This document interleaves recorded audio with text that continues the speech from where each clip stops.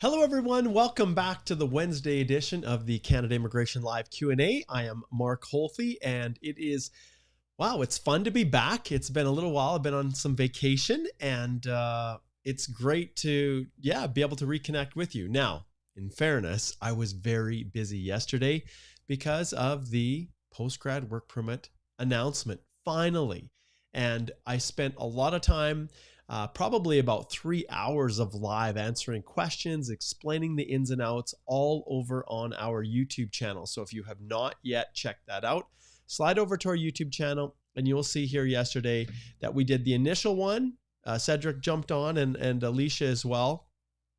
We jumped on right after we heard that the minister had launched it, and we gave a kind of an overview of what the program was. Then we spent the day digging a little bit deeper, and then Alicia joined me in the evening and we did another more detailed analysis. And guys, one thing I can tell you without any reservation is that the this post-grad work permit extension is not nearly as simple and straightforward as I thought it was going to be, at least the way Minister Fraser laid it out.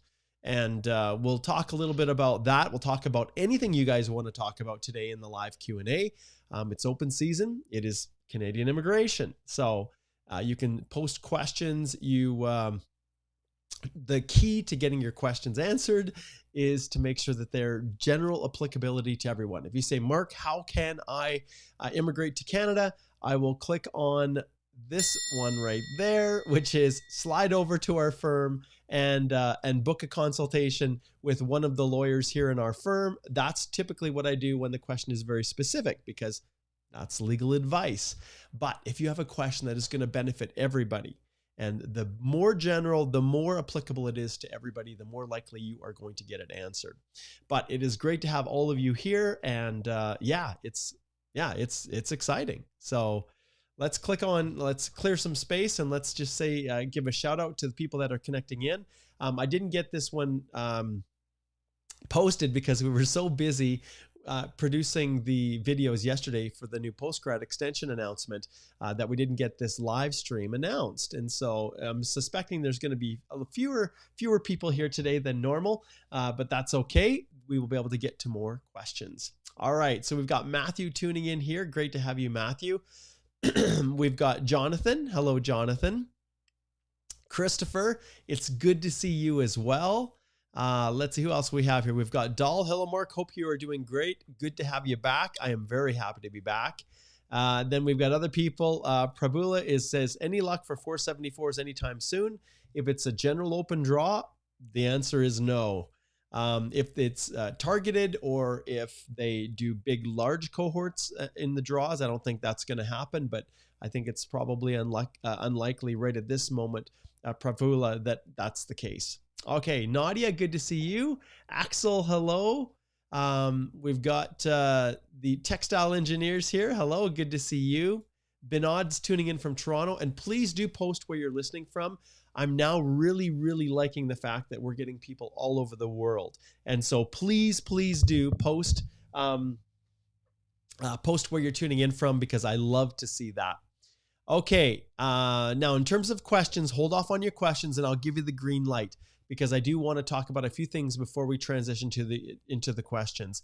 Elikim, good to see you. Manpreet is tuning in. Hello, Manpreet. Good morning to you, Bright. You were there yesterday. You're back again today. Good news for individuals in your situation, no doubt about that.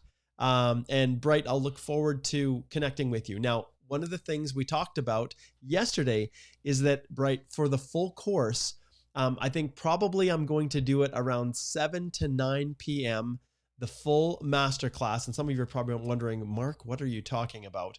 Let's jump over here to the website. I think some of you know by now that I am launching my postgrad work permit 18-month extension course. And when you click on here to learn more and buy now, you will see that there are two options. One of the options is to join me tonight at 5:30 p.m. Mountain Time, when I am recording live just to these selected cohort of people. And there's a bunch of people that have piled in here for only $25. You can watch me just like a lecture in university, like you're coming and attending a class, as I create the lessons that will then go into the official live masterclass. Now, this is a view only, so that you don't get access to the recordings, and it is your chance to be able to watch. You won't have access to the finished product or to the sample documents, worksheets, templates, things like that. But you can definitely connect in and watch that, take notes, and then in the full version, there is going to be a community group where everybody can kind of network together, as well as getting access to the masterclass, which I've indicated here is 2 days. But instead, what I've decided, because of the timing, I'm going to do a 2-hour masterclass exclusively for the subscribers of the full course. And we're going to do that tomorrow, 7 to 9. And yeah, it's going to be awesome. So that is what Bright is talking about. And Bright was, he was saying yesterday that, he needs the answers sooner rather than later so that he can file his application. And Bright has subscribed to the full course. And so Bright, to accommodate you and others, I'm going to bump it all up. And then I am heading out on Friday with my son to do a little road trip to see an uncle that I have up in the northern part of Alberta. And I've never been up there since I was a little kid. So I'm going to be doing that, but we'll accommodate that for you, Bright. So if you guys want to connect in, you can absolutely go here and do so. One other thing I'll point out, I guess right here, is if you want to make it easy, you can just scan that QR code, depending on what you're watching. You can scan that QR code and you can get access to the full course right now. All right. Now, ironically, I think that code, I'm going to pull it off now that I think about it. That code is the 25% off code or the $25 off code. But hey, if you're here, do you know what? I'm going to put it up. I don't care.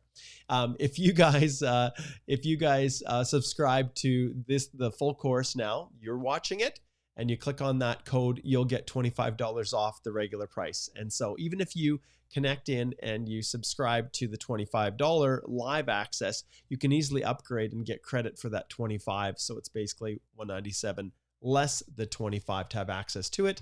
And that code will get you there. Okay. Thanks, Bright. Good to see you. All right. Let's keep zipping through there. Manoj Kumar, good to see you in the house. And Nitin Sharma. Hello, Nitin. How are you? Good morning, Ravaraj Rao. Good to see you. And let's see here.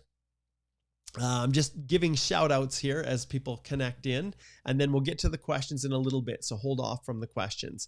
Okay. AKB's from India. Good to see you. Sunny's tuning in from White Rock, BC. Hello, Sunny. Leo Vali. Hello. How are you doing? And we've got Manpreet, who's over in Toronto. And Simon says, thanks for putting this content out, folks. You are very, very welcome. Christopher is over in Iraq. Hello, Christopher. Thanks for connecting in. Jagnur, good morning to you in Vancouver. And Dorsa is over in Winnipeg. Nice warm Winnipeg, right, Dorsa? John's up in Fort McMurray. That is even further north than where I am headed. I'm pretty close to Fort McMurray where I'm headed, but it's a little bit further west into the mountains above Grand Prairie. Okay, so hold off on your questions and we'll get to those. Holo is in Vancouver. Hello to you. And Joe says, hello from Algeria. Hope you're doing well. Let's go for another struggling wait. Thanks to IRCC. Well, fingers crossed that this is a sign of better things to come. All right. Manpreet has already bought the course. Applause for you, my friend. I look forward to having you join me as one of the students. Jonathan Haitian from Dakar, Senegal. Great. Thanks for letting me know. And we've got Anna Pau Tips Designs. Good to see you. Thumbs up and some applause. Yeah, I love seeing this. Virginia. Amit's down in Virginia. As always, Amit, good to see you. And Bright says, thank you a lot, Mark. You're very, very welcome. And Cyan says, joining Mark's live Q&As is part of our routine now. Love from London, Ontario. Forever hopeful. Fingers crossed, Cyan. And Garveet, great to have you as well from India. Thank you. And Evo says, hey, Mark, you know I don't miss a single live Q&A. No, you do not. And Garveet says, you got so many followers from India subcontinent. Well, here's the thing. I am actually in the process of working out a trip to India. So my goal is to actually travel to India in 2023, next year, and do a series of live Q&As and live performances on stage. And so we're going to figure that out. We're working out some of the logistics. And so if any of you are event planners from India, I'd love to chat with you, because that is my goal for 2023, is to take this show on the road. All right. Okay, the Canadian Soul says, hey, Mark, how are you? I got my PR finally. Thanks and love from India. Another applause.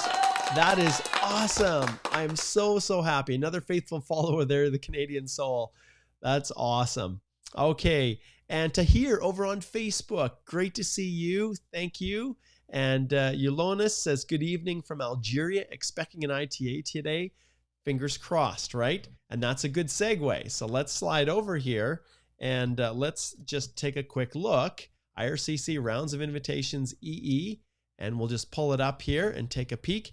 Anything yet? Anything yet? Seems like they do it right after we end, around 11 o'clock or so. July 20th, not yet, not yet. But the suspense is killing us, isn't it? All right, let's see who else we've got here. We have, let's see here. Oh boy, we've got some tough questions already piling in. Tess, hello from the Philippines. Good to see you. And then Teenish Queen says, hey, Mark, just wanted to say thank you for making us a part of your time, because your information you put out is educational, and wish you the best in life. May God continue to bless you and your family. That's so kind. Thank you very much. And AKB says, welcome to India. Yes, it would be super fun. And yes, Prashant, welcome to India. That's great. Okay, we're just about at the stage where we're going to jump into some questions, but hold off for now. If you're posting your questions, just hang in there, and then we will get to those in just a second.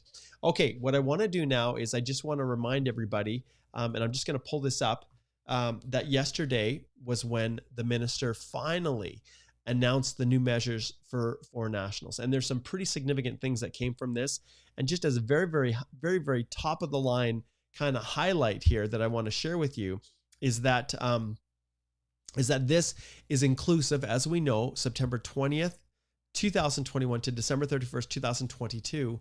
If your postgrad work permit expired during that time, you were eligible. Now, the interesting thing is, if your postgrad work permit is expiring at the end of the year, October 2nd to December 31st, well, you are in luck, because as long as your address is correct and your passport is valid for 18 months, they're going to automatically issue you a work permit. You don't even have to pay a fee. Okay, this is an automatic thing. They just want you to confirm. You're going to get an email, and many people already have.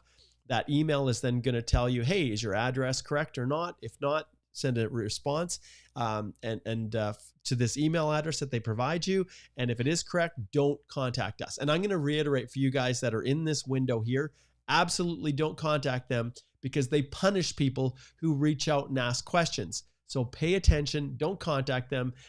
If you fit within this range and your address is up to date and your passport is valid, because you are going to get yours likely, they say, by mid-October is when the work permit will just show up in your mail.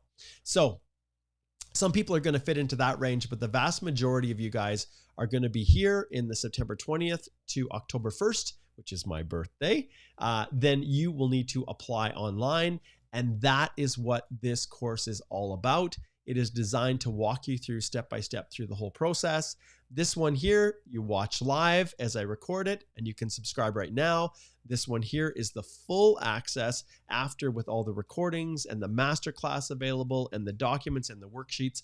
And part of the reason that I bring up, the extra documents and worksheets and things is for the simple reason that you have to do more than just file.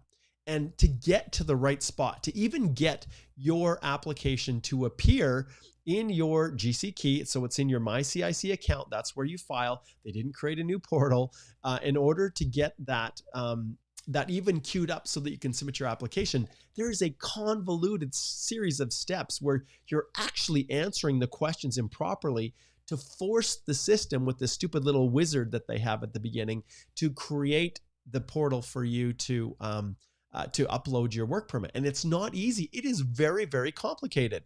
And, I was experimenting with it, and it is definitely not intuitive. And even the instructions that they give at times are contradictory. So so pay attention to that. And so most of you are going to be in this option number 5 here. And here is the best part of all, you guys. Right here, the ability to work. So for all of you with post-grad work permits that are expiring between September 20th and December 31st, you are going to get an email from IRCC that will allow you to start working immediately on August the 8th. They've never done this before, you guys, ever. And you can start working on August the 8th and all the way up to May 31st. Now, the expectation is that you will have until December 31st to file that open work permit. And like I said, that's why I created this course, to help you guys and to walk you through it. But you have until December 31st to file it. And but in that interim, you will be able to work. Now, I want to point out here, if you go to our website here and we go to resources and to blog, you will see that my fine compadre Cedric here, who joined me yesterday, has already created a blog on this interim work authorization. And you can read more all about it right here on Holthe Immigration Law's website. So head on over there, read it. He breaks down all of the requirements, what you need to do. And in fact, Cedric has also drafted, and we haven't quite embedded it we haven't embedded it in the blog post because it's going to be a part of the course, but a letter that you can give to your employer, confirming that, hey, this is correct. I can now come back to work for you. And essentially you can work under the same terms and conditions as your original postgrad work permit. And all you need to do is provide the employer with a copy of the email that you receive. And then also I will typically then point them back to this website. And wow, it's unbelievable what the government has done when it comes to work. Now, let's face it. How did you guys get into the situation in the first place? It was because they did not do rounds of invitations. They closed off CEC, and really you were put into this position through no fault of your own. So, all right. So let's jump in here. And I think we've pretty much caught up. And if there's anyone that we got Spider-Man here from Melbourne. Hello, good to see you. 2:16 a.m. You are dedicated, my friend. Great to have you. I had to give you a shout out. Okay. CF says, hey, Mark, got PPR. Thank you for your videos and your live Q&As. They really helped. You're the GOAT for EE. Thank you. That is very, very kind. Okay. All right. And then Leo Lee says, I just hope on today's draw will only be PNP. The chance of CC and FSW only draw tomorrow is higher. Well, who knows? We'll have to see. It's somewhat of a mystery. Okay, let's see here. And yes, birthdays are terrible, aren't they? Because once you hit 30, then you start losing those points. Okay, and Nitin says, hey, Mark, thanks to your Midas touch, finally got a response from IRCC to submit docs for my wife. Question, while filling in the forms, am I the primary applicant or her? I got married post-COPR. Okay, Nitin, that's one that I will address. I'll have to connect with you and address a little bit after in terms of the specifics because I'll need to refresh my memory and as to who goes where. Okay, so I'll connect with you after. Okay, let's see here what else we have. And Keishan, oh, this is awesome. Keishan says, hey, Mark, finally got my PPR and passport, got stamped last week for me and my wife. Thanks for everything and all the information you shared with all of us. Express entry FSW, September 2020, spouse added after AOR. Yes, and we've done a lot of those in the firm because a lot of you got married in the interim. You know, while you're waiting this lengthy time for your FSW to be processed, you ended up getting married and then spouses were added. So, okay, there we go. Let's see. So what I'm going to do now is, and I know a lot of you guys, Sajad, good to see you. Thanks for sending that email to me as well with the template. I appreciate that. Okay, let's see. There's a ton of questions.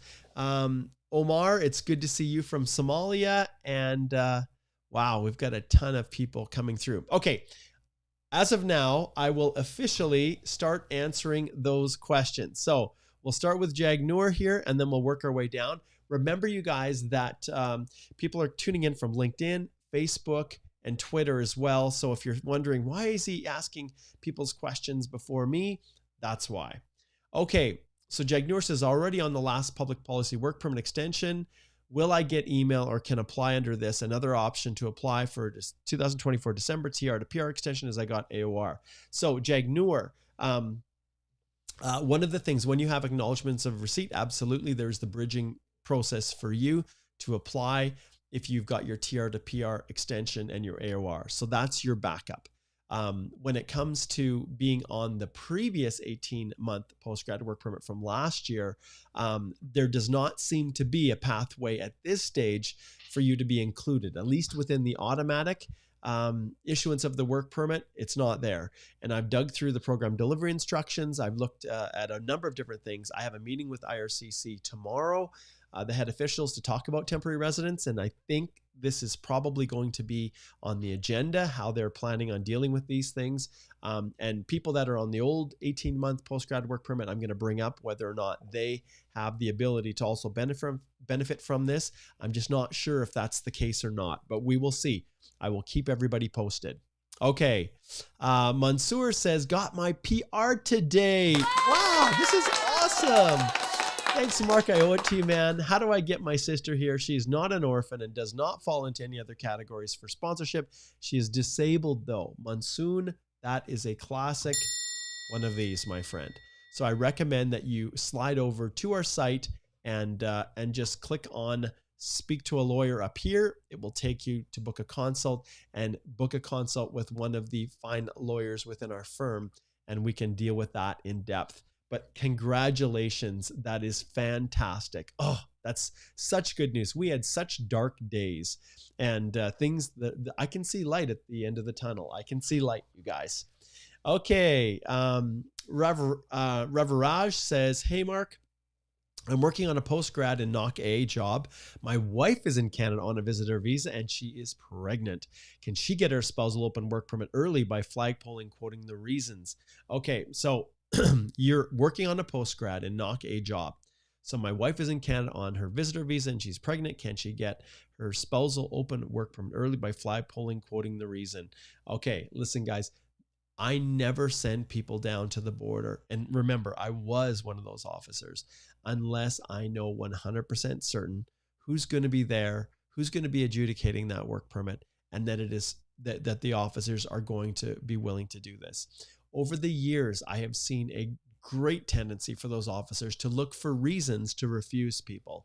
And I can't tell you how many times I've gotten calls from people who were at the border or just left the border and had received an ATL and a deferral of examination, which basically means an allowed to leave, which is the immigration officers went on their phones and the person's phone, the border officers, the Canada Border Service Agency, and had thought or made a determination that the person had worked without authorization or there was something amiss with their entry. And one of the things, Ravaraj, that I have seen in the past is them say, well, they're here on a visitor visa.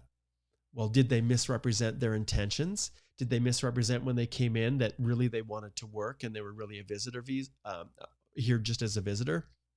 What did they put on the purpose of their entry when they were applying for their visitor visa? And even right or wrong, I've seen officers then allege misrepresentation and tell the person that they would have to choose to withdraw their application. Otherwise, they were going to refer them to an admissibility hearing.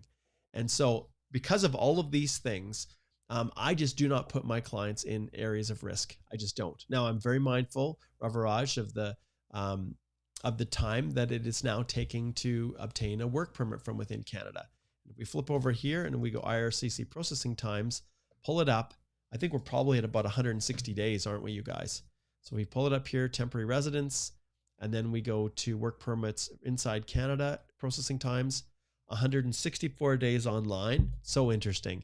148 days via paper. So that is, so that is a reality. I recognize that. And the desire to get working sooner is absolutely, I understand that.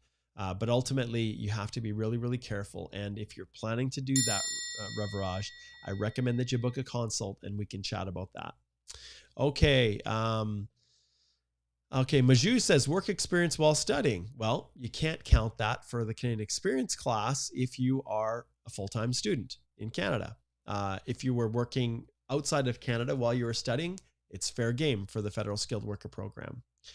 Okay, Saloni says, hi Mark, I applied for my postgrad work permit on the 29th of December, 2021 and got approved on May 9th, 2022. It's been almost 3 months waiting after approval and haven't got my postgrad work permit hard copy to now. What should I do now? Saloni, ring the bell. And as far as a consult, sometimes we can make inquiries to try to figure out where things are at. In your situation with work permits, when they've been stalled out, well, you can see the processing times here. And nowhere do they distinguish a postgrad from any other type of work permit. But generally speaking, the expectation is that those postgrads are going to come sooner. But I want to tell you something here, and this is important. So the day you applied for your postgrad work permit, so the date you applied, if it was December 29th, you got approved on May 9th. Okay, it's also been 3 months waiting after approval and haven't got my postgrad work permit hard copy to now. You do have the ability to work. So I suspect that there's probably an address issue, Saloni. And usually what I do is I go through, I try to reach out to immigration and just see if they've sent it, but maybe they sent it to the wrong address. So my suspicion, Saloni, is that that's the issue. But if you'd like to book a consult with any of the lawyers, we can help you to sort that one out. Okay, Prashant says, sir, please reply. Well, there you go. I'm replying. I've applied for my visa application on the 15th of June. So approximately when will I get or receive passport request? Well, you can look up the processing time just like me, Prashant. Now, I don't have a lot of detail because I don't know. You said you've applied on June 15th. When will you get your passport request? Well, you can go to the IRCC website, all of you can, and look it up yourself. And so if you click here, and I'm assuming economic immigration, I'm assuming probably express entry. And so maybe it's federal skilled worker. If it's skilled workers and you click on it, you can see it sitting at 26 months. If you are CEC, then you click on it, you can see it sitting at 14 months. So that's, and if it's PNP, if it's a paper-based provincial nominee and it's not express entry, then it's 25 months. So you can pull that up pretty easily and take a look at that. All right. Okay. CF says, is it safe to land in Montreal? Federal skilled worker outland? No, it is not. It's not at all, because you have to demonstrate an intention to reside outside the province of Quebec. And landing there is very, very volatile. Sure, you could fly into Montreal and then have a transit flight somewhere else. But the reality is, if you intend to go there, you are exposing yourself to a huge heap of problems, including having a CBSA officer not land you and refer you to further examination by IRCC, which could unravel your whole PR. Don't do it, CF. Okay. All right. So Satvir says, hey, Mark, got an LMIA work permit approved. Do I need to get an updated offer letter from the new join date, or the old offer letter will work at Canada border? I have an old offer letter from employer, August 2nd, 2021. Get a new one. I would definitely get a new one for the border so that they can see, yes, this is still fresh. So that's what I would do, Sadvir. Okay. And with my client, Sadvir, I always provide them with a package that they take and present to the officer. So whoever helped you to get the LMIA and the work permit, I hope they're not lazy and that they have actually given you a package that you can present to the officer so that the process goes smooth as silk. That's what we do within our firm. If you need any help with that, we're here for you. Okay. Okay, Nadia says, is the online approval of the postgrad work permit enough to start working, or is the physical copy of the postgrad work permit required to become eligible to work? So you can work from the date that you submitted your postgrad work permit. So that work experience counts. And so generally speaking, you know, when your study permit was valid and you have to stop working the moment you received confirmation that you've completed the requirements for graduation. And then the moment you submit your postgrad work permit application, this is the one also benefit for postgrad work permit holders, you can continue to work even before you actually get the postgrad work permit. So keep that in mind. Prasanna, hello. Good to see you over on Facebook. Alonzo says, hi, I have a question. To be in maintained status means I have a valid status. Wondering how to answer that field. Thanks. Well, the reality is if you've submitted an extension of any temporary resident document before the current one expired, then you benefit from maintained status. And so, yes, it is valid status. Yes. If you have failed to do that and you submitted or attempted to file an extension application after the expiry of your previous document, then you've got some problems because that is a restoration of status. And in that situation, you do not have valid status, even though the restoration window is 90 days. And that reminds me, if we go back to these measures here, for you postgrad work permit holders, the crazy thing about this is that even if you have been out of status for a very, very long time, you still have the ability to restore your status, which is something that I didn't ever think that they were going to allow people to do. But the reality is when you are in a situation where your postgrad work permit has expired, even back to September of 2021, you'll have an opportunity to apply for that new 18-month extension. And yeah, it's crazy that the measures that they've put in place here are actually going to allow individuals who have been out of status for more than 90 days to restore. And you can see here, you are allowed to restore your status even if it expired more than 90 days ago, which is pretty crazy. Like that's a huge, huge benefit. Huge benefit. Okay, we've got Gunnar Boy here with the super chat. He says, Mark, my postgrad work permit expired June 9th, and I applied for a visitor record, $100 before. Under questionnaire for the postgrad work permit extension, it's asking me for the expiry date of my postgrad work permit and asking me to restore status. Should I apply? I will join class in the evening. Okay, so this is something, Gunnar, that I'm gonna go over in depth because there's a lot of moving parts to your question here. When your postgrad work permit expired in June 9th and you applied for a visitor record, yes, it gives you implied status as a visitor. But when your postgrad work permit has expired, I would always, in those circumstances, even though you have a visitor status or you've applied for a visitor status, the way that they've structured this is that generally speaking, I recommend people actually pay for the restoration. So if you pay the extra $200 and you restore your status, then, and they feel like you don't need to, they're not going to bounce your application. If you apply to extend your postgrad work permit, which is expired, and this obviously this is being submitted after you filed, after your postgrad has expired, then there could be a danger that you haven't paid enough fees and they say you need to restore. So I tend to err on the side of caution and pay for the restoration just in case. And in your situation, even though you've applied and not yet received an answer on that visitor extension, you're restoring back to your status as a postgrad work permit holder. So I would go with the restoration and the extra $200. Okay, Sajad, good to see you, buddy. He says in the postgrad work permit extension email, it says reply with opt out if you need to update address.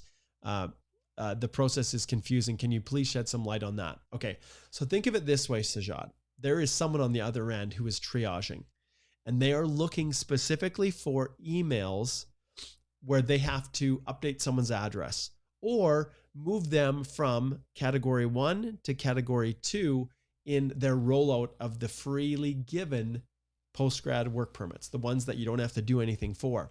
So when you respond, it makes it a lot easier for that officer on the other end who's triaging all of these to see instantly, oh, opt out. That means this person, I have to do an address change. So they're not going to be included in that first wave. And so that's all it means. And I agree, it's confusing because no, you want to be a part of the automatic, granting of the work permit, but yours is going to happen in phase 2 after they update your address. And it's going to go outside of the web form because the web form is freaking useless and they're not going to see anything for a month and a half. So they've created this process so that they can instantly update your address so that then they know to send out on the second batch, I guess, of work permits. So yeah, don't be confused. Opt-out doesn't mean you don't want to be a part of getting that free work permit. It just means that because your address is different, you're not going to be in that first little batch that's sent out, you're going to be kind of in phase 2. So there you go. Hopefully that helps, Sajad, but that was a great question. Really, really good. Okay, let's see if there's any other supers here that I'm missing. Okay, let's see here. Okay, Ethan says, hi, FSW, re-medicals passed in May, and I received email from IRCC yesterday asking for work pay stubs. What does this mean for my process?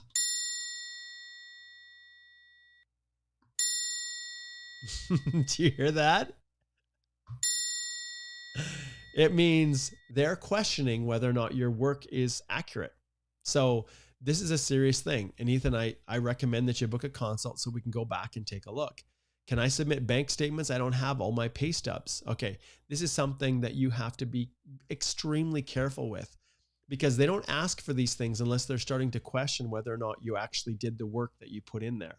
And it's frustrating that even after, when it comes to re-medicals, now they're fishing through that stuff. My friend, this is something you need to pay very, very careful attention to. And there may be even other things that you're not aware of that they're looking at. And we decipher all of that stuff through the firm to make sure that you're prepared. Many times when people receive these additional document requests, Ethan, when I go through and review things with them, I find other things that we need to deal with that could potentially be in the background and officers thinking about.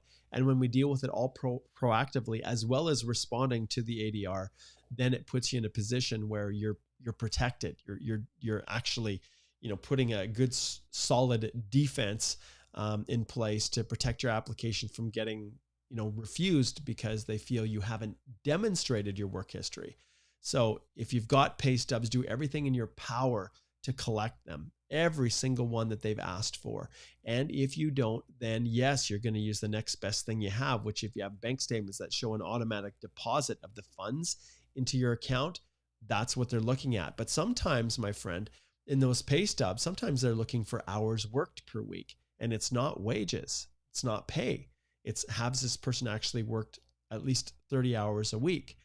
And so there's a number of things that they're looking at. And yeah, Ethan, I recommend that you slide over to our website and book a consult so that we can sort that out for you. You've come so far, and I would hate for immigration to be using this as an opportunity to disqualify you or bounce you from the process. And that happens. It happens, you guys. Okay. Holthe says, hey, Mark, any chance of getting a postgrad work permit after 2-year program with part-time for 2 semesters and 1-year gap in home country during the 2020 COVID period? My school doesn't have authorized leave system. Holthe, this is not a great situation. Your chances are in serious, serious jeopardy. But just like I said with Ethan here, I highly recommend that you book a consult so that we can go through this and give you a formal legal opinion, because the parameters are very, very narrow, right? And I know you've done your research, Holthe. I know you've looked at the website, and the reality is part-time work, there were certain periods of time where immigration did allow for it as long as the school had a policy in place. But it can become quite messy when you're trying to sort it out. And ultimately, when you're filing that postgrad work permit, the officer is going to look at all of the things that you talk about, everything from gaps and part-time work, part-time studies, because all those things are essential components to the eligibility for the postgrad work permit. So same story here. I recommend you slide over and book a consult, Holthe, because that's something you definitely do not want to, you don't want to waste time going down a path if there's just a likelihood it's going to get shut down. Okay. All right. Let's keep zipping through and we'll get to some other questions here. We've got really good questions today. You guys have done a really good job. Okay. Muja says, I was in Malaysia for 4 years holding the student visa and worked there on a full-time basis. Is it okay with the SIMP or not allowed? Okay. So I need a whole lot more information. Which Saskatchewan Immigrant Nominee Program are you applying through?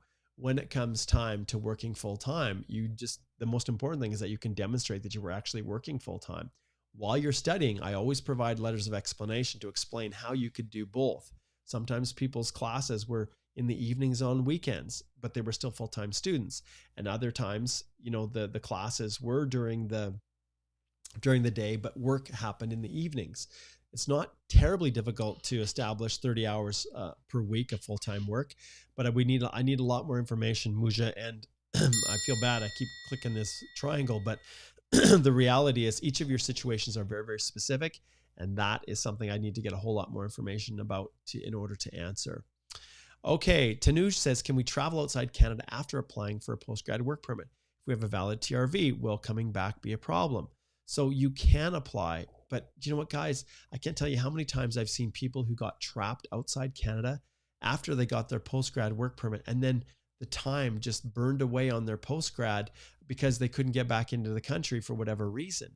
And then they waste the postgrad. And if you've already applied, boy, I strongly, strongly discourage people from leaving under any circumstance during that kind of uncertainty period.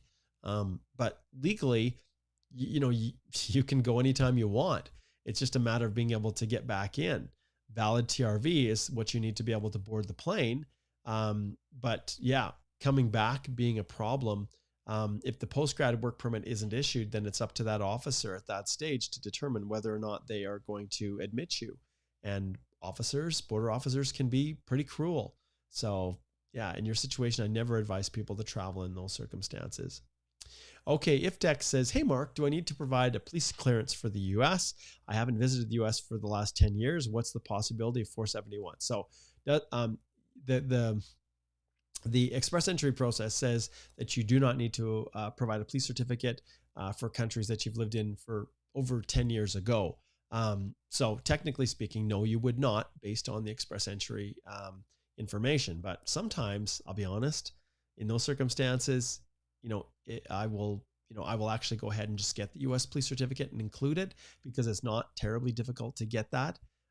So it's up to you, IFTEC, what you want. But yeah, it asks for police certificates for countries that you've lived for 6 months in a row since within the last 10 years. So, all right, let's see here. Cruising down to the next question. This one's from Alonzo. He says, if I received the email on August the 2nd, could I apply for a TRV to visit my country of origin? Or I need to have the official postgrad to do it? Thanks. They're not going to, I can't see a situation where they're going to grant a TRV when you do not have an actual status like a postgrad work permit valid, because usually they put the TRV date, the expiry date, to the expiry of that document, that work permit or study permit or whatever it might be. So yeah, the email alone I don't think will be enough, Alonzo, to satisfy or justify. Okay, let's see here. Got another super. This one is from Edna. Edna says, hey, if you're going to pay $10 to me to post para-character flying in the air with a red cape and a smile on his face, I will absolutely post it. So thanks, Edna. That was fun comic relief. That's awesome. Okay, let's see. Next up here. Okay, let's see here. What is next? Okay. Jane says, my daughter applied for a student visa in April. She went for biometrics and she's waiting for the medical, and the classes start in September. Is there hope? You should be able to get that study permit decision. Yes, I think there is hope, Jane. Obviously, it depends on the country that you're coming from. If your daughter is coming from Africa, that's different than if they're coming from the United Kingdom. Processing times tend to be higher in some jurisdictions, like some African countries and India. And so it's hard to know for certain, but I think I can say that there is hope. April's quite a while ago. And so, yeah, hopefully you guys have got control over that application, and, you're not relying upon someone who's maybe withholding information if it got refused. All right. Ayan says, hey, Mark, being a student with a 9 CGPA and 8 overall IELTS band score, I've been seeing a lot of rejections recently. I'm applying for my study permit in January. Should I worry about anything? Okay, I'm going to point you in the direction. Ayan, obviously, we'd love to help you with that. You can book a consult and we can help you to prepare your application. But I want to show you here, if you go to resources and you go to blog posts, one of the significant resources that Alicia created, I think it was back in December, because we do so many study permit applications for our clients, we start to see trends and patterns. And so Alicia drafted this top 10 reasons for a study permit Canada refusal. And this refusal, these reasons, break down some of the main reasons why people's applications have been denied in the past. And so if you can address each of these 10 reasons, it will significantly increase your chances of success. And one of the most important things is your statement of purpose, like why you intend to study in Canada, how it's going to help you to get a job back in your home country, improve your job prospects, and improve your professional career, not transition to permanent residence in Canada. That's kind of the dichotomy there. So the key is all about temporary nature. And yes, some of those factors do play a role. They do. An 8 overall IELTS band score is not bad at all. And there has been a lot of rejections recently. I'm working with a client right now who got refused for 2 reasons. One reason was, and they came to me after they had used another agent to help them, but the first was language scores. So his was actually, in one case, one of his bands in the IELTS was below a 6. And then in the other case, he hadn't done as well in his bachelor's degree. And they said that they didn't think he would be successful studying in Canada because he didn't do very good in his post-secondary education in India. So those are factors, and we help people address those. And so I highly recommend that you slide over and let us help you with that study permit application. But yeah, take a look at the blog post, and there's some really good tips in here, and it's all over on the Holthe Immigration Law website, and you can just easily search for that. But it's just Holthe Law, so remove the immigration. HoltheLaw.com is the website. Great question. Okay, let's see here. Okay, Tejas says, any insights regarding International Mobility Program work permit type C20? What would be the processing time for that? Well, Tejas, and I'm not sure, there's a lot at play here. So one of the things I'm going to show you when it comes to processing times, under international mobility, those reciprocal work permits, the C20s under the IMP, those work permits, it largely depends on where you're coming from. And if we slide over here and we pull up the processing times and we look at temporary residence, and then we shift to work permit from outside Canada, you can see here that you have to select your country. So if you're coming from, say, India, for instance, and you look at the processing times, it's off the charts. Okay. If we change that and we go to Ireland and we check processing times, you can see it's basically 3 months, 12 weeks. So largely these processing times are fairly accurate. You can see this was last updated just yesterday, and it is updated weekly. So they've done a really good job of trying to keep things up to date. But if for whatever reason things are delayed, then I also want to point you guys to another thing. And our website is full of content now. If we go back here to the resources page, you'll see that one thing Cedric, a blog post he's drafted, is delayed application at IRCC and the writ of mandamus or mandamus, whatever you want to define it as. It's a blog post on how it works when applications are stalled out and it's causing prejudice to you as an individual. And it was through no fault of your own. You didn't create the delay. So Tejas, I'm not sure which firm helped with the C20 application or the size of the company you're working through. I'm happy if you don't have anyone assisting you. We're happy to step in and see what we can do to work through things. But I've seen all kinds of challenges and problems with the C20 work permit. It's definitely not a slam dunk, but it's a really, really good tool if, say, you don't qualify for C12 as an intercompany transferee with 1 year of work experience with the company abroad before you transfer. So good question, Tejas. Okay. All right, here we go. The IRB Fox. Good to see you. Past alumnus of the courses with a NS experience nomination. Okay, Nova Scotia experience nomination with no proof of funds required. I have a letter of continued employment after PR issued. No points for employment. How do I write no proof of funds required? My friend, that is one that it absolutely has to go to a consultation. We won't be able to, I can't answer that one in a short comment within the live today. So that I'd have to direct you back to a consultation. Okay, let's see here. Okay, Ishfaq says, hello, sir, September intake. File lodged 24th of June, reapplied the case under SDS category, GIC, first year tuition, medical biometrics, updated May, when to expect the passport request. I can tell you, Ishfaq, that whenever you have multiple applications filed, it can cause problems. And, I'm not sure which country for sure that you're coming from. When it comes to the study permit processing times, you can see if we go back to the website itself here, we flip it around and take a look at this again, and then we pull up studying from outside of Canada. It's just one time, which is basically 12 weeks. So I think when you look at when you filed, so if you filed your first one in June, on June 24th, you're still, that first one is well within the processing times. You're going to be cutting it really close because of the processing. Student direct stream is designed to be quicker without a doubt. But still, even in those circumstances, sometimes having multiple applications submitted can make things confusing for immigration. Okay. Okay.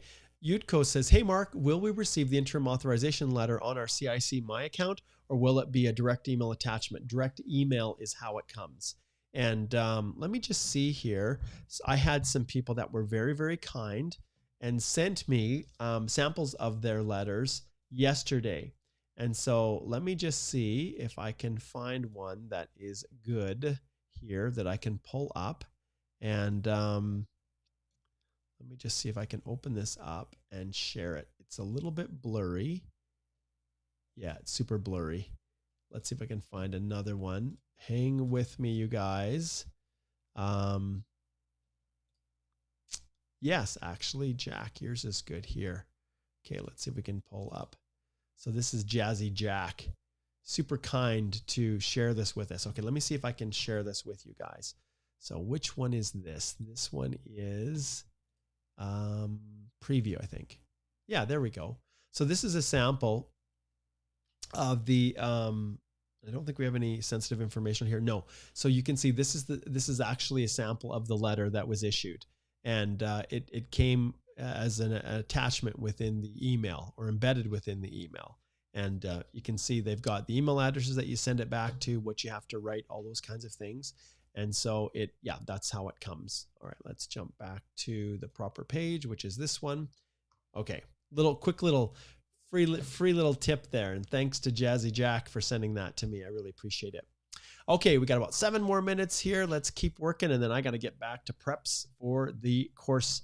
And those of you who are just joining in later, so you can get access to the full course that I'm doing right now this evening at 5:30 p.m. Mountain Time. I'm going to start the live access to the creation of the course. So you can watch me create it, watch me go through how I set up my course, how I answer the questions, how I fill out the form, the documents that I collect, all those kinds of things. And those videos are then going to become the live access to the actual masterclass, where on tomorrow at probably 7 p.m. I will be doing the masterclass from 7 to 9, a 2-hour-long masterclass for those who subscribe. And right here, if you scan that barcode, that will take you to a special offer, which gives you $25 off the $197. So if you subscribe to the full course, you will get it $197 less the $25, whatever that is. Excuse me. And let's see here. So we'll flip back. Yeah. So I'll leave that up so you guys can join me. And if you want to join me, regardless, even this evening, all you have to do is just go to the link in the description below, and you can even buy the $25 access. And it's just view only. One time. There's no recordings available. The recordings and the whole course will be available in the full course. All right. I'll leave that up there for a little bit. Okay. Let's see what else we have going here. Okay, so we've answered that one. Holo, we've got, right? I don't think there's any other supers that I'm missing. Oh, let's see, there is.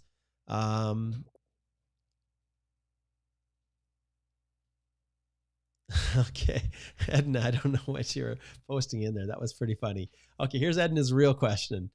She says, what should the people who already have a postgrad work permit extension from last year do? Will they be able to apply for the postgrad extension program this year as well? What options do we have? So Edna, that's one that's been asked numerous times. And at this stage, I have a meeting, like I said, with IRCC tomorrow. And so this is absolutely going to be one of the questions that we're going to bring up. Right now, if you look strictly at the program delivery instructions and what the immigration department has put on their website, it indicates that you must hold a postgrad work permit. Well, Edna, your public policy driven 18-month post-grad work permit from last year is not technically a post-grad work permit that is expiring within that range. So as they've defined it narrowly, at this stage, it does not look like an individual on that type of a work permit would be able to extend, but I'm going to petition for it. I'm going to ask them to grant people also with that opportunity if their 18-month post-grad work permits are expiring, because let's face it, you guys have been stuck in that same type of a situation. And so, so I'm going to petition for that. I'm going to ask them to consider granting people in your situation who hold that current post-grad 18-month extension from last year the ability to participate in this one again. You know, when I look at this, one of the things that immigration had indicated as I was going through some of the policies, I'm going to pull this up and I'm going to show you guys something that I think is really, really important. And not many people are talking about this. So here we go, off the shelf. You can see right here, they make reference to why they're doing this. So this is the program delivery instructions.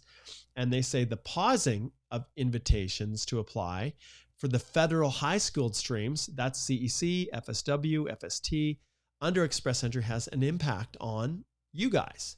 And so a temporary public policy has been introduced to allow 6 months, over this next 6 months until December 31st, to apply for an open work permit valid for another 18. Now, this is the thing that very few people are talking about, but I want to bring it up because that's what I do. I share what other people are not saying.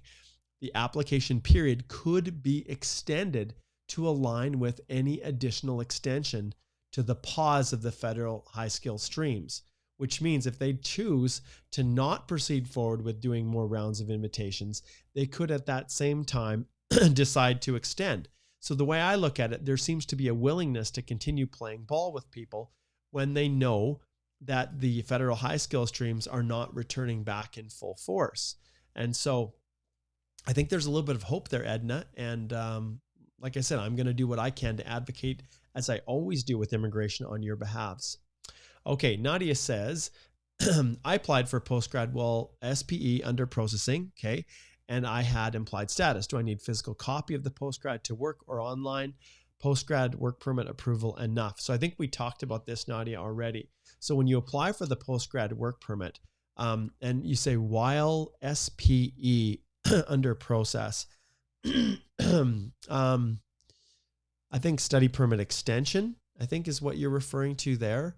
So I'm not quite sure, and I had implied status. This one here, Nadia, I need to get a little bit more information and really dissect the timing of everything to see really what, where you stand. I need a little bit more information.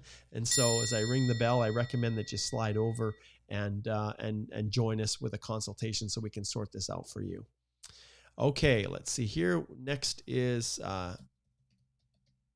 up is Emmanuel, and Emmanuel says, my postgrad work permit expired in July, and I applied for an employer-specific work permit. And a couple of days ago, I got my PR file number. Do I get a bridging open work permit or apply for the 18-month extension? So here's the thing. Here's how I approach this, Emmanuel. The bridging open work permit is tied to your permanent residence. So if something bad happens with your PR, let's say you did something improperly, or if you're using an agent, they did something improperly, or who knows what it is, and it gets returned for being incomplete or bounced or refused, that directly impacts on your ability to work, including your bridging open work permit. The reason I like the 18-month postgrad work permit is because it's independent of your PR. So you get that 18 months. And later, if you need to extend it further, because of the permanent resident application, you can always flip back to a bridging open work permit if your PR is not processed within that 18-month, which is entirely possible given the current listed processing times. So in your situation, Emmanuel, without knowing more information, I tend to side to pursuing the 18-month extension because it's independent from your PR. Okay, hopefully that helps, but that was a really good question. Okay, I think I've got maybe one more here. Let's see here. Diana, I'm just going to pull up Diana here. Okay, so Diana's question, she says, is, hi, Mark, I'm a postgrad work permit holder in the express entry pool with CRS of 526. Oh, you're close. Maybe even today. Maybe today, Diana. I have a permanent job offer, but no LMIA. Since the postgrad work permit is LMIA exempt, can I claim job offer points in express entry? The employer won't support PNP. No, you can't. The only way that a job offer works for the purposes of express entry is if you are on a work permit that names your employer, or you have an LMIA supporting your job offer. That's the only way. So even if your employer has extended in their terms a permanent job offer to you to keep working for them, the reality is on a postgrad work permit that's open, you are not eligible for those extra job offer points within express entry. But let's keep our fingers crossed, Diana. 526. I think a lot of you also are aware that right now, today, I am going through the masterclass series for the express entry course. August 1st to the 4th is when we're doing it. We're going to launch another one in September, but I go through all of this in detail in the express entry course. And Igor is going to be relaunching this for all of you. And when it's relaunched, you'll be able to go in. It's closed right now, the cart, but you'll be able to go in and actually register, get access to all of those 56 lessons, and start completing your express entry now. And then come September, when I do another series of master classes, you'll be able to get all these questions answered in detail, all the specific ones that weren't answered, as basically because I can't get to all of them in these live Q&As. Okay, we'll go a couple more. We're into overtime a little bit here, but we'll just answer a couple more questions and then we will wrap it up. So give me a second here. Okay, Walking Patel says, hey Mark, if one changes their name after their educational credential assessment and IELTS, and after creating a profile in Express Entry, then is it a problem? No, it's not. But you then need to, in your EAPR, indicate, yes, I had a previous name, and then provide the documentation. And the letter of explanation is the secret sauce. So that secret sauce is the thing that's going to help explain anything that just isn't typical in an application. And it goes for everything. Express Entry, the TR to PR pathway. It went for that. It goes for the postgrad work permit extension, everything. The letters of explanation are the way you address anything that, just doesn't seem clear when you're doing it. Okay. Prasan says, any update with minister plans to provide permanent pathway for international students and temporary foreign workers? Nope. I think we're all waiting to see what happens in September. All right. Let's see what else we have here. Okay, Jara says, I'm an international student in Canada. Do I need to take IELTS before applying to PR? Yes. I don't know if there's any permanent resident program out there that doesn't require someone to do a language test, whether it's IELTS or CELPIP or a French language test. I don't know of anyone. Okay, this is a great question. I love this one. I haven't had this one for a very, very long time.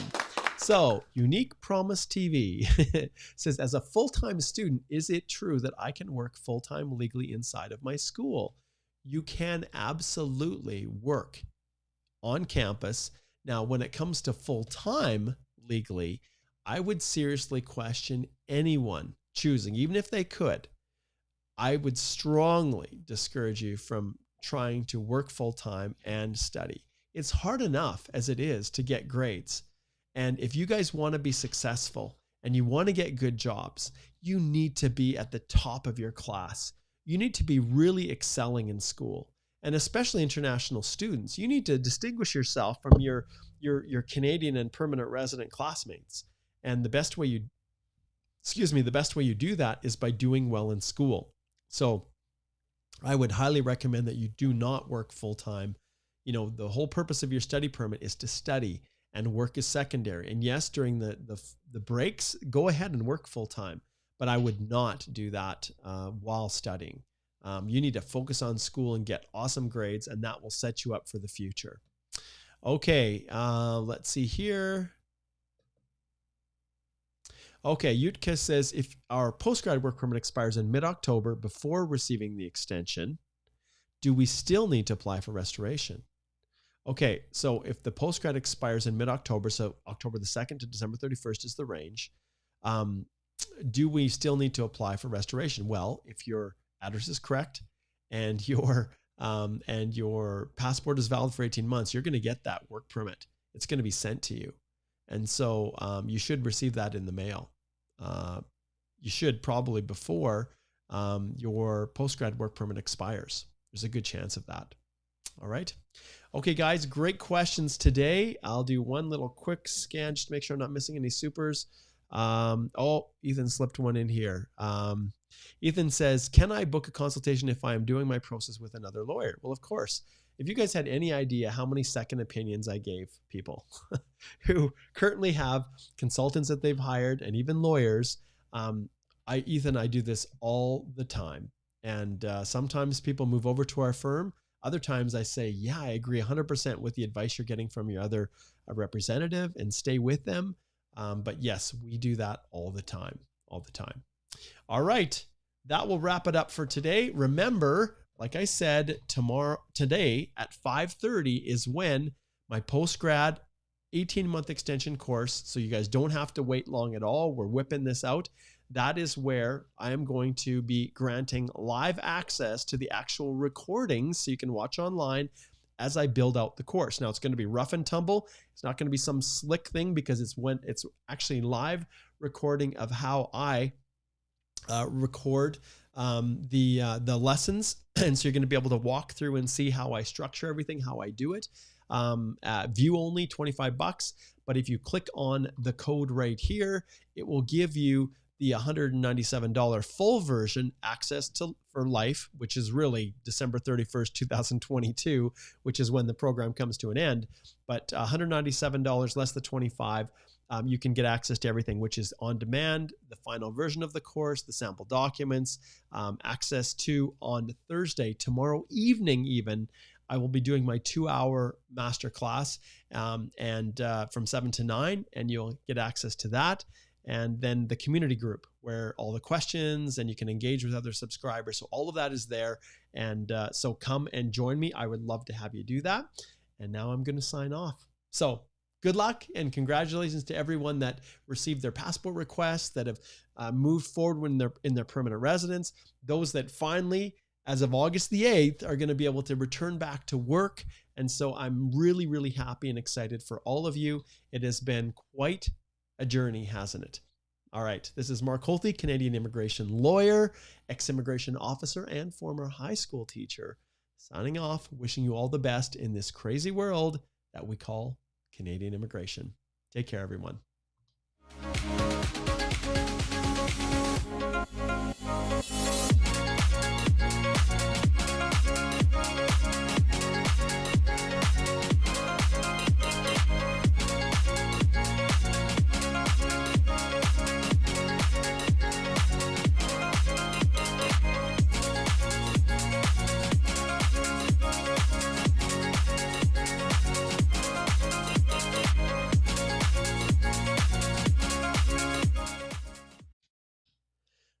All right. You thought I was going to go. This is like one of those trailers at the end. Anielle is killing me here. She slipped in a super chat, and I don't want to leave anyone hanging. So she says, hey, Mark, I received my AOR and also the confirmation of medical and biometrics. I have to update some documents such as passport. Do I have to wait for the officer to ask me TR to PR? Yes, you do.